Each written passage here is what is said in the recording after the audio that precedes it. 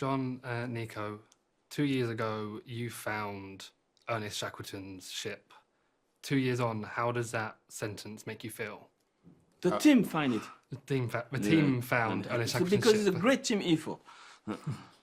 And I think, well, us two and the team were incredibly proud that our story is now being turned into this amazing documentary film by Chai Vesarani, Jimmy Chin, and Natalie Hewitt.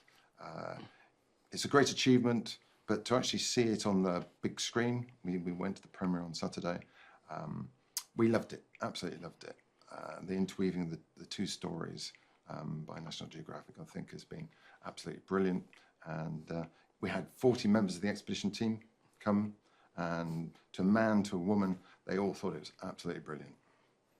And obviously you both know an incredible amount about Ernest Shackleton, but upon seeing this film and during the process of it, was there anything that you learned from it?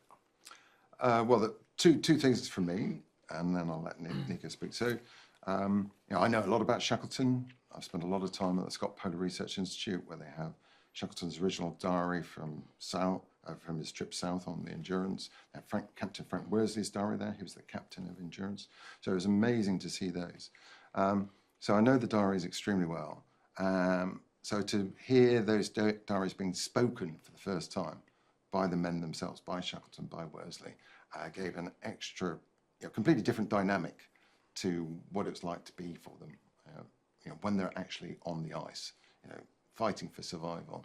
So I really enjoyed that. The other thing that was a bit unexpected for me was to see the restored BFI film. I've seen South in black and white many times, but to actually see it colorized and to see, it brings out new detail, which you'd never seen before. And also, I think, helps to engage a younger audience. So one of the things that we're very keen on with the documentary is that, some people know a lot about Shackleton, but and perhaps about our expedition as well. But this film will bring it to a completely new generation, a new audience, to learn about Shackleton, Antarctica, our expedition, the discovery of the ship, and hopefully that will really engage people with science and technology and protecting the environment going forward. On my turn, I think the exciting point is the two expeditions, the two teams coming together on the same goal, because both are fighting ice, in fact. Shackleton on his survival, but on our side as well to find the endurance. And I think that it's a quite exciting point because it gives us the opportunity to be on a Shackleton legacy and feel what he felt himself when he was facing this ice drift. Because for me, it's really a story of ice drift. And probably the second point is have the opportunity to finally share with a large audience the 3D model. Because the 3D model, it's the achievement for the subsea point of view. We work over 3 years to make this real. And it has been after an extra job after the expedition, because we have been obliged to post-processing the data. And we spent days and days and days and days to make this real. We got 25,000 4K pictures, still pictures, connected each other to make this 3D model, and to provide the facsimile of the wreck, which is 1 millimeter resolution. This is offering today an opportunity to large audience to see it over the movie, but as well for future scientists to look at artifacts, wildlife, and even the geological condition all around the shipwreck. So this is really an exciting point. And now the wreck is protected. It can't be moved, can't be taken out of the sea. What does that mean to you? Oh, that's very important. So the wreck is protected under the Antarctic Treaty as a historic site and monument. So it means that the ship can't be raised, artifacts can't be taken off it.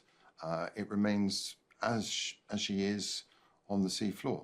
And I think that's a very important message to be put out there, that she is going to stay there as she is. She's absolutely pristine down there. You know, we went to great efforts with the Saab Sabertooth to ensure that we didn't damage the wreck in any way, and we didn't take anything off the wreck. So that's very important. And Nico talks about the digital 3D model. Well, I think, you know, with that, people can explore the wreck, you know, from their own living rooms or from their own bedrooms. You know, they don't have to go to Antarctica to go down in a submarine to see it, or, you know, or taking artifacts off the wreck to a museum where very few people would see it. You know, with the digitization that you've got, it means that the wreck becomes accessible to everyone to stare and wonder at it, and to engage with Shackleton and his story, and to engage with our story as modern explorers. And throughout your expedition, how often did the thought occur to you of the station that you were in with the modern technology around you, and transporting yourself back a century to being in Shackleton's position, you know, the wooden sailing ship? Okay, well, I'll answer first and then Nico. So for me, when I'm actually on board the ship as expedition leader, I have 1,001 different things that I have to be doing. And my primary focus is, one, to get Nico onto the site, because I'm in charge of the ship and all the surface operations, get him to the site to enable him and his team to dive the Saab Sabertooth to try and find the wreck. So that's, you know, absolutely top priority for me. But it's also the safety of the team, and to make sure that, you know, we don't have any accidents and everyone stays safe. So those are the, you know, the two big things that I'm thinking about. And it's only when I'm off the ship, you know, when I had the opportunity, I'd go off with the scientists, because they were investigating the sea ice. Very few people have actually undertaken any science in this particular area. So that was important for us, that we also had a scientific research program associated with the wreck search. And I'd go off with the scientists, and sometimes I could go off on my own for 10, 15 minutes, go away from the ship, away from the generator noise, people shouting on deck. And, you know, when you're away from that, and you're in the silence of this incredible white wilderness all around you, and all you can hear is the wind, your boots crunching in the snow, your heart beating. And that is when I had a real connection then with Shackleton, and thinking, well, isn't this amazing? I'm walking on sea ice that 100 years ago Shackleton and his men would have been walking on. And that's quite an experience to have. And I feel so lucky to have had that. For me, I was extremely focused on my duty because, as I just mentioned, we were already obliged to fight against the ice drift, but I got another enemy, which was the clock. And we got a very short period of time on top of the field. So, and my computation showed that I need the full time to cover the box, and the full entire search box. You might be lucky, find the first day. Unfortunately, it was not the case. We found 2 days before leaving. So fighting against the clock every day to be sure that we never wasting time, it has been something extremely important. And you have to keep cold mind and pressurize each department to stay on track. You have only one goal, find the endurance. It has been a very hard time for me in this period, fighting against the clock. We got so much difficulties to be able only to dive. Launching the vehicle was already extremely complicated on this environment.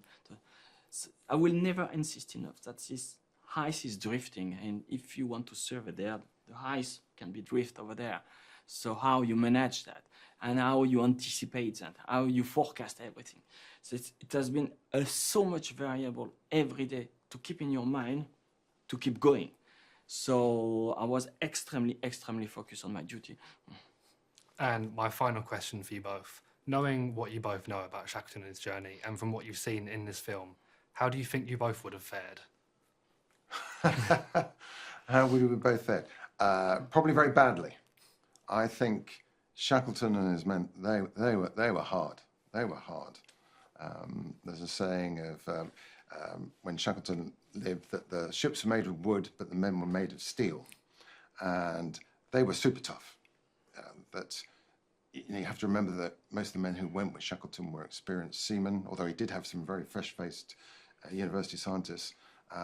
But to survive for that length of time on the ice, just eating, penguins, in the end having to eat their own dogs, then getting into the boats and rowing to Elephant Island. And the small boat journey of the James Caird is quite incredible. I still find it incredibly difficult to believe that they survived that. It would be pretty much suicidal to attempt it, even today with all the modern technology that we've got. So that the fact that they survived it, and then Shackleton then had to cross the mountains of South Georgia to get help and raise the alarm of astronomers, it really is quite amazing.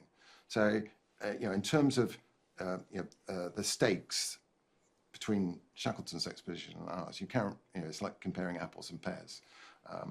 He was fighting for survival, but it was that team around him which ensured their survival. Yes, we took risks. We took risks with the technology we had, but not with people's lives like Shackleton did. That was, for me, all the time thinking, well, how do we ensure that people are safe? But we're still facing big risks. We might lose a vehicle. Someone might have a serious accident.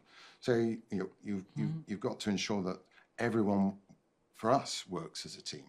So I think the comparison of the two teams, I think, is really, really very instructive. And the power of the team, I think that comes over in both stories, that if you have a team working together, they can achieve much more than the individual working on their own.